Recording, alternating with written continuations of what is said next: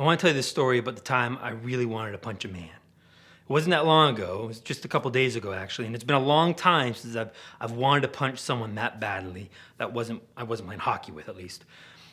And so the story goes this way.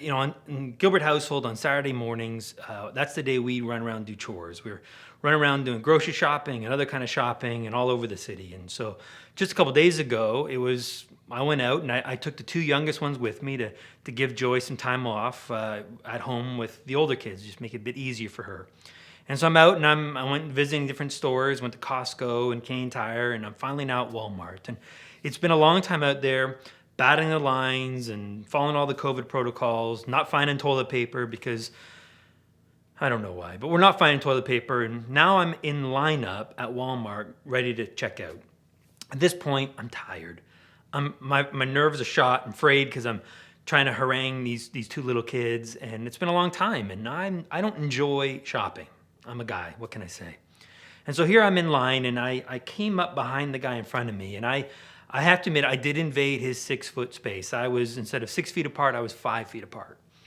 At which point he turns around, steps towards me, and shushes me back.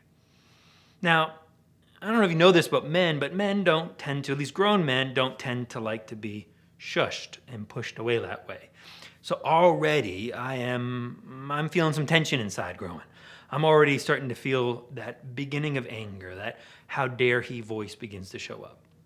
So I decide to win a little bit of that pride back by pointing out to him that he could go on to the next open checkout, that it was ready for him. At which point he says, well, no, I'm waiting for this one over here. And I said, but that one's open. He says, well, I'm waiting for this one. And so I go off to the other one, but I'm now beginning to seethe and rage inside. And that's when I had that thought, I want to punch him.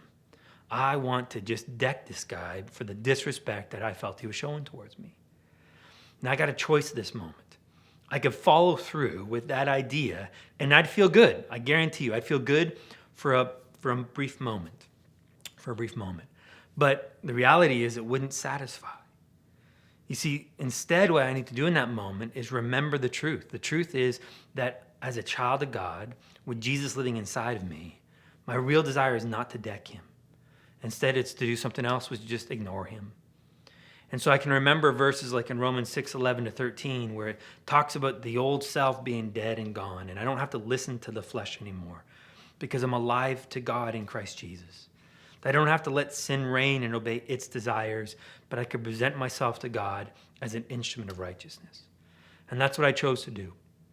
I didn't punch him. I didn't deck him. I went home and I told the story to Joy, and we had a good laugh about it now. And it's a good, funny story now, but much better that because I didn't give in to the temptation of sin. So that's the story of the day that I, yes, a pastor, but also a man, wanted to punch someone.